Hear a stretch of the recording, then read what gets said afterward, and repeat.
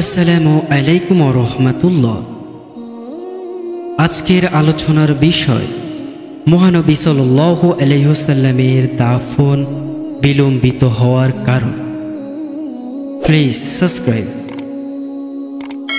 মহান আল্লাহ ইরশাদ করেছেন, ভূপৃষ্ঠে সবকিছুই ধ্বংসশীল, একমাত্র আপনার মহিমাময় ও মহানুভব পালনকর্তার সত্তা ছাড়া। সূরা আর রহমান আয়াত নং 26-27। আরও ইরশাদ করেন, প্রত্যেক প্রাণী মৃত্যুর স্বাদ আস্বাদন করবে। সূরা আলে ইমরান আয়াত নং 185। অন্যত্র ইরশাদ করেন, আর প্রত্যেক সম্প্রদায়ের একটি নির্দিষ্ট মেয়াদ রয়েছে, যখন তাদের মেয়াদ এসে যাবে তখন তারা না এক মুহূর্ত পিছিয়ে যেতে পারবে আর না এগিয়ে আসতে পারবে। সূরা আল আরাফ আয়াত নং 24, সূরা ইউসুফ আয়াত নং 49। কাজী নবী রাসূলদেরও মৃত্যুবরণ করা বিধিবদ্ধ। নবী রাসূলদের ওফাত। নবী রাসূলরাও যেহেতু মানুষ ছিলেন, সেহেতু তাদের মৃত্যু হওয়াটা স্বাভাবিক।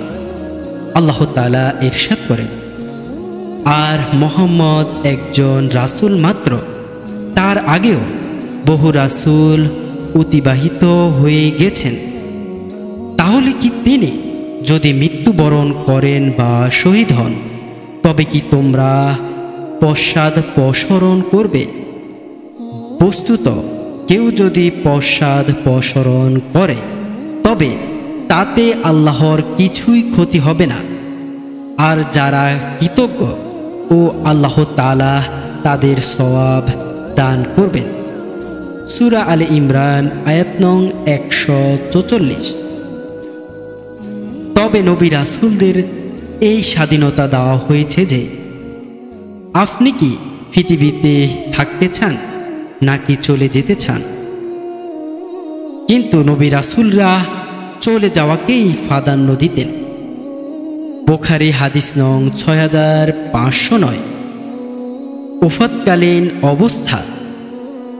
রাসূলুল্লাহ সাল্লাল্লাহু আলাইহি ওয়াসাল্লাম অসুস্থতা অবস্থায় একদা আপন গোত্রের লোকেদের উপদেশ দিতে গিয়ে বললেন, হে নবীর কন্যা ফাতেমা এবং হে নবীর ফুফু সাফিয়া, নেক কাজ করো, নেক কাজ করো।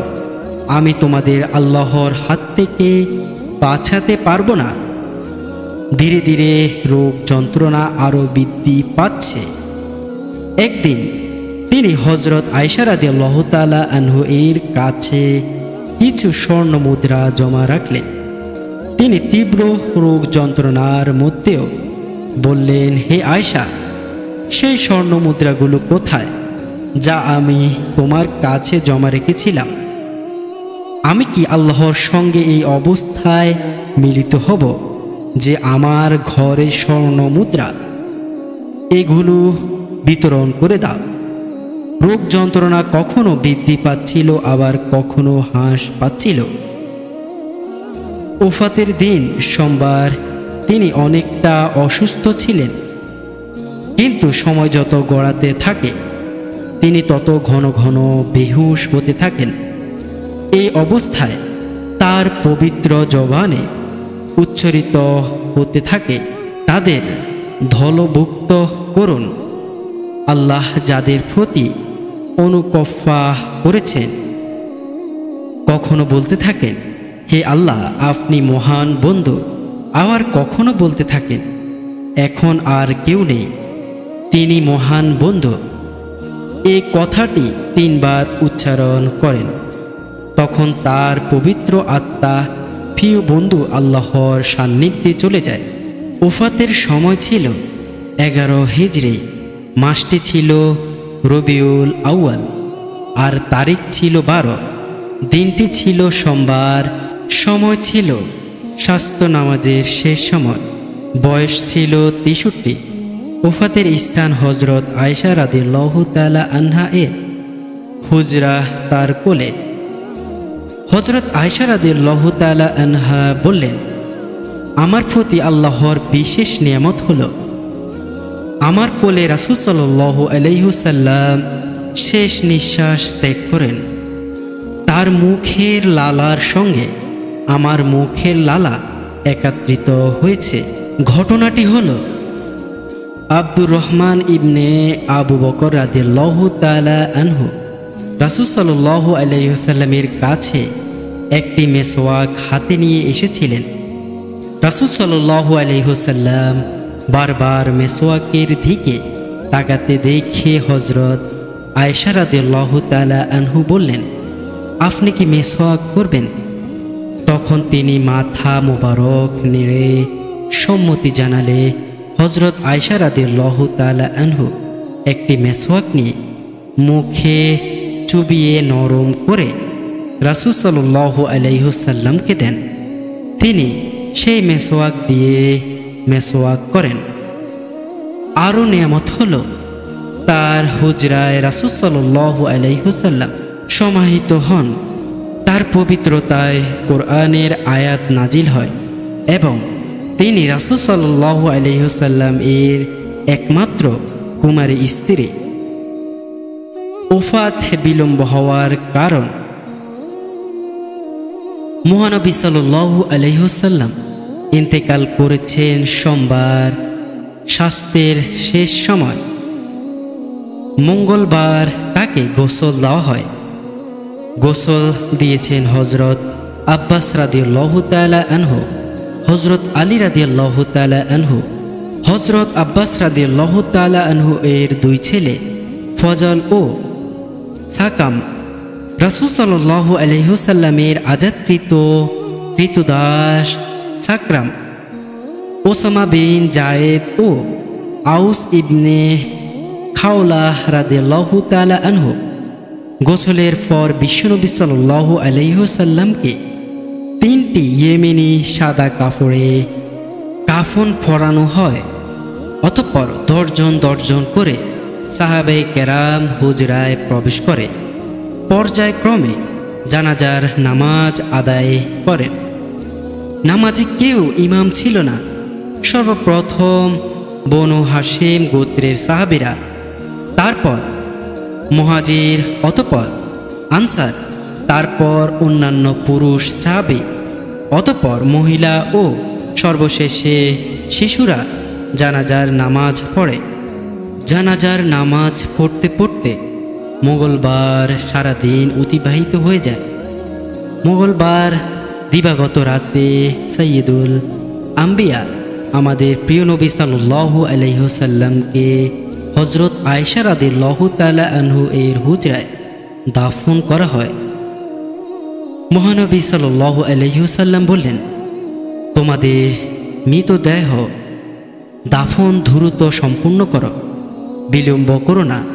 বুখারী হাদিস নাও 1315।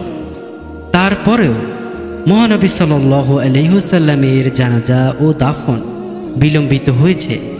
এর কারণ প্রধানত তিনটি। 1 নম্বর, তার ওফাতের ব্যাপারে ঐক্যমত পৌঁছাতে বিলম্বিত হওয়া। মহানবী সাল্লাল্লাহু আলাইহি ওয়াসাল্লামের ওফাতের খবর শুনে হযরত ওমর রাদিয়াল্লাহু তাআলা আনহু জ্ঞানহারা হয়ে যান। তিনি দাঁড়িয়ে বলতে থাকেন, কিছু কিছু মুনাফিক মনে করে যে রাসূল সাল্লাল্লাহু আলাইহি ওয়াসাল্লাম ইন্তেকাল করেছেন। আসলে তিনি ইন্তেকাল করেনি। তিনি হযরত মূসা আলাইহিস সালাম এর মতো সেই প্রভুর কাছে গেছেন, আবার ফিরে আসবেন। আল্লাহর শপথ, যারা বলে মুহাম্মদ সাল্লাল্লাহু আলাইহি ওয়াসাল্লাম ইন্তেকাল করেছেন, আমি তাদের হাত পা কেটে ফেলব। হযরত আবু বকর সিদ্দিক রাদিয়াল্লাহু তাআলা আনহু এর ওফাতের সময় নিজ বাড়িতে ছিলেন। খবর পেয়ে দ্রুত ছুটে আসেন।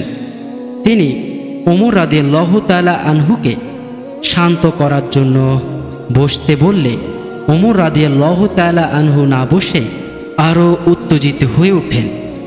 তখন আবু বকর সিদ্দিক রাদিয়াল্লাহু তাআলা আনহু উপস্থিত সব সাহাবীদের সামনে সূরা আলে ইমরানের 144 নম্বর আয়াত তালাওয়াত করে শোনালেন।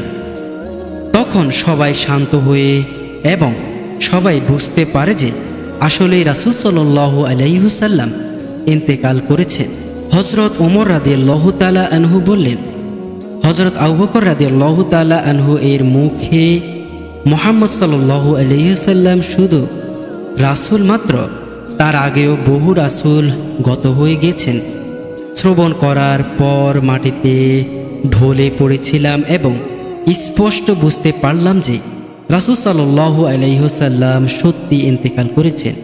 অতঃপর সবাই ওফাতের ব্যাপারে একমত হওয়ার পর দাফন কাজ সম্পূর্ণ করা হয়।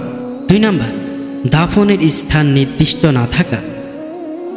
মহানবী সাল্লাল্লাহু আলাইহি ওয়াসাল্লামকে কোথায় দাফন করা হবে তা সাহাবায়ে কেরামের জানা ছিল না। ফলে তাদের মধ্যে মত বিভেদ দেখা দেয়। কেউ কেউ বললেন জান্নাতুল বাকিতে দাফন করা হোক, কেউ কেউ বললেন মসজিদে নববীতে দাফন করা হোক। আবার কেউ কেউ প্রস্তাব করেন হযরত ইব্রাহিম আলাইহিস সালামের পাশে সমাহিত করা হোক। এমন্ত অবস্থায় হযরত আবু বকর রাদিয়াল্লাহু তাআলা আনহু বললেন, আমি রাসূল সাল্লাল্লাহু আলাইহি ওয়াসাল্লামকে বলতে শুনেছি, তিনি বলেছেন নবী যেখানেই মৃত্যুবরণ করেন সেখানেই সমাহিত হন। অতঃপর হযরত আয়েশা রাদিয়াল্লাহু তাআলা আনহু এর হুজরায়, যেখানে রাসূল সাল্লাল্লাহু আলাইহি ওয়াসাল্লাম ইন্তেকাল করেন, সেখানে সমাহিত করার ব্যাপারে একমত হন। 3 নাম্বার, খলিফা নির্বাচনে ঐক্যমত পৌঁছাতে বিলম্ব। মহানবী সাল্লাল্লাহু আলাইহি ওয়াসাল্লামের স্থানে কে রাষ্ট্রের খলিফা হবেন এ নিয়ে আনসার ও মুহাজিরদের মধ্যে মতভেদ দেখা দিয়েছিল।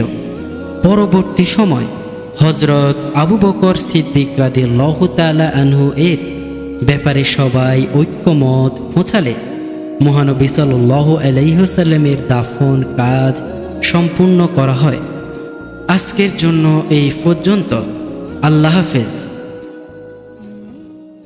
আলোর চ্যানেলটির ভিডিওটা ভালো লেগে থাকে তাহলে চ্যানেলটি সাবস্ক্রাইব করে দিবেন, অল নোটিফিকেশন অন করে দিবেন এবং একটি কমেন্ট করবেন, শেয়ার করবেন।